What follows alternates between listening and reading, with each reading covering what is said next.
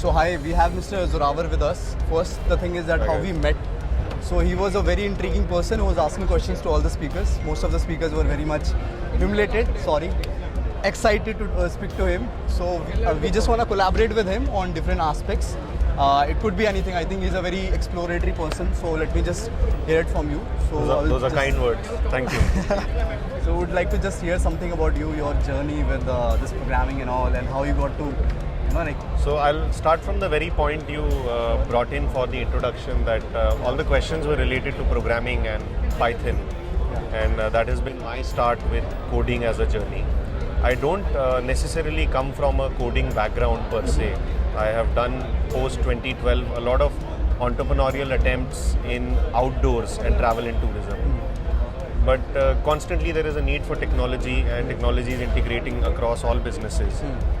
And that led me to thinking that instead of constantly hiring developers or coders and not understanding their lingo, it would be nicer for me to at least have a baseline understanding.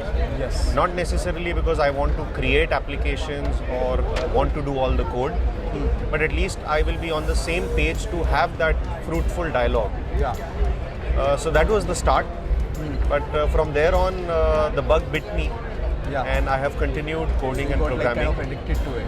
Yes, I did get, well, addiction is a strong word, but in a positive sense, I am addicted to programming. And I am now looking at opportunities with you and organizations like yourself. Definitely.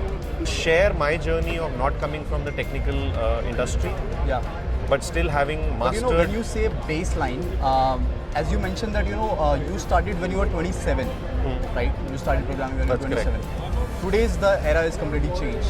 It's like people are starting maybe like 5, 6, 10, you never know. We had a guy like Kotalia is like 9 years old and is delivering a speech on various aspects. So how do you see the future of, like learning programming and, getting deep diving into it? Because it is something that is like an infinity world, it's not something that a syllabus or something, okay, there was history and you just studied and that's all. Right? Very interesting question. I think the barrier for entry into this skill set has been reduced to the point that, like you mentioned, from a 9-year-old, I would go on to say even a 90-year-old can enter it and find a productive outcome. To give you a very simple example, no human being is born with the talent to bicycle or balance. Yes. But we are all able to teach that to ourselves. Definitely. Similarly, the ability to drive a car, none of us are born with it, and it's a very complex skill. But because you need it and you understand the positive outcome of that skill, you jump in it and you learn it. I find that coding and learning to code is actually not that hard, as long as the outcome and the benefits are highlighted to the right target group. This could be corporate managers, lawyers, journalists, just about anyone. Definitely. So in the future, I feel the barrier for entry is low enough for any age group and any professional from any domain to enter. What's important is for them to understand how positively it will impact their job and their personal life. Definitely. And it also changes your way of thinking and approaching the world. No, when you say that, it changes your way of thinking or something, is it like something that makes you a techie guy? Or I would say that, even a footballer player who is having no baseline about coding and everything, that person can also take it like just normal mathematics. What do you feel about it?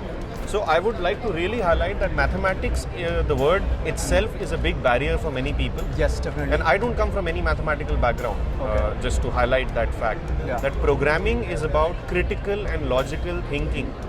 It is not about mathematical thinking. And for the future that we are looking at in the next 5-10 years and hopefully in the next 50-100 years for humanity as a species, everyone will not be a math prodigy. So it's very important to differentiate between mathematical skills and programming skills. The latter only requires logic and rationale, which anyone from a street food vendor to a footballer has. Definitely. How could they use it? Well, they could use it to analyze their own performance, their own sales, their own documentation, so on and so forth. And right now, what are your expertise in? You mentioned earlier before that these are your area of interest, or would rather say that you're expert in, and you can take up maybe like a couple of seminars or a couple of like forum webinars for you or coffee talks with you. So I am really good with my grasp on the stack, which is Python, Flask, and Django. Python being the core language, Flask and Django being equivalents of Laravel, which is a framework for PHP. It's a fun fact that 80% of the world is built on PHP, and the websites you use, 80% of the web is still PHP. Definitely. But Python as a programming language has a very low barrier for entry, makes life easy. And that is something that I hold close to my heart, and I would consider my core expertise as a programming language. It's easy to introduce someone to Python, and from there on there are multiple doors. I specialize in web applications, data science, and computer vision, AI tools. But with these fundamentals, there are more and more doors further and further. Yeah. And how are we gonna penetrate this market, which is like too competitive, or I would say rather complex, or feel like that this is something just for a techie guy or something who has already the interest. Suddenly they don't want to start with something, and as we are fellow Indians, we understand these kind of things, But right now we are sitting in Arab land. Definitely we want to penetrate the entire market. Immigrant Dubai, yeah. Definitely. And so how your support, your collaboration with us is going to consume the largest number of people? Okay, so let me give you a precise answer. Firstly, you don't need to be a techie to get into programming, because like I said, from a vendor to learning to balance, learning to drive, and a lot of complex skills human beings are capable of learning, as long as they understand how it will benefit them. Definitely. What I can do is drive the confidence in people to understand that there is a net gain for them if they step into it. B, I can share my own journey of not coming from mathematical or technical background, but having taken coding very seriously, and it's my main bread and butter today. Right now, And C, I can also take hands-on code classes to kind of bring them up to speed with basics of writing simple scripts.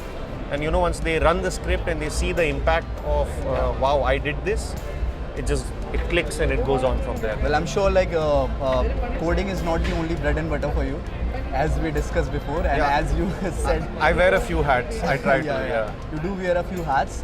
And so, any last words from your side and about your collaboration with us, and from where people can follow you, your LinkedIn accounts, your Twitter accounts? Well, you can find me on LinkedIn and Twitter as Zorawar Purohit. That's ZORAWAR Purohit. Yeah, and I really look forward to associating with you guys and having the chance to share, if not much, then my own experiences, and if it can motivate one person, 10 people, or a larger group, that's a good enough impact for where I am today.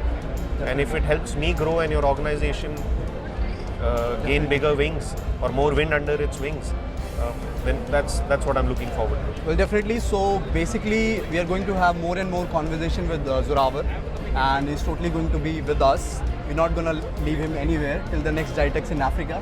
And the best part is that being a Fauci kid, I think is very much energetic about various hats that he wear. So I think Zorawar, that was all. Thank you so much. Thank you so much. And I look forward to many more associations and events with you. Definitely. I should thank you before we end for taking the initiative and calling me and getting me enrolled in this. So that credit is on you to recognize talent. That's very nice and humble of you. Cheers. So that's all. Thank you.